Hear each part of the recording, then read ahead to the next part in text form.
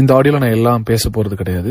சில விஷயங்களை நம்முடைய சபை திறக்கப்படும் பொழுது ஜூன் 1ஆம் தேதி நம்முடைய சபையை மறுபடியும் கோயம்புத்தூர் பட்டணத்தில் திறக்கவிருக்கிறோம்.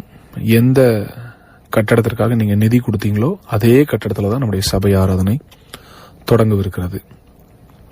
ஸோ நீங்கள் ஒருவேளை நாங்கள் ஆல்ரெடி வேற சபைகள் நாங்கள் போயிட்டோம், இல்லை சிலர் இனி இந்த சபைக்கு நாங்கள் வர விரும்பலன்னு சொன்னால் கூட எனக்கு பிரச்சனை இல்லை. உங்களுக்காக நான் ஜெபிக்கிறேன், உங்களை மனதார நான் ரிலீஸ் பண்ணுறேன், உங்களை ஆசீர்வதிக்கிறேன். நீங்கள் எங்கே இருந்தாலும் நல்லா இருக்கணும். கிங்ஸ் ஜெனரேஷன் ஆரம்பித்து 5 வருடங்கள் ஆகிறது. இந்த 5 வருஷத்தில் எத்தனை தியாகங்களை நான் சபைக்காக செய்திருக்கிறேன், இந்த சபை வளர்ச்சிக்காக செய்திருக்கிறேன், மக்களுடைய தேவைகளுக்காக செய்திருக்கிறேன். எத்தனை ஆயிரம் ஜனங்களை கர்த்தர் சுகமாக்கி இருக்கிறார்னு நீங்க எல்லாம் சாட்சி பார்த்திருக்கிறீங்க.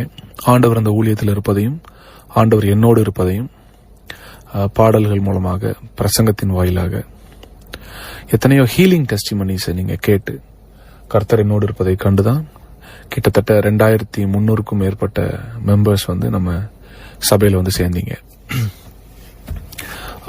என்னுடைய குடும்ப பிரச்சனையை நான் பொது இடத்தில் பேச விரும்பவில்லை, அதை செய்யவும் மாட்டேன். ஒருவேளை அவர்கள் தரப்பிலிருந்து ஏதாவது அவதூறான குற்றச்சாட்டுகளையோ இல்ல ஆதாரமற்ற குற்றச்சாட்டுகளையோ அவர்கள் பொது தளத்தில் வைத்தால் அதையும் நான் சந்திக்க தயார் என்று பதிவிடுகிறேன். அப்புறம் நானும் அநேக உண்மைகளை பச்சையாக வெளியே சொல்ல வேண்டிய வரும்.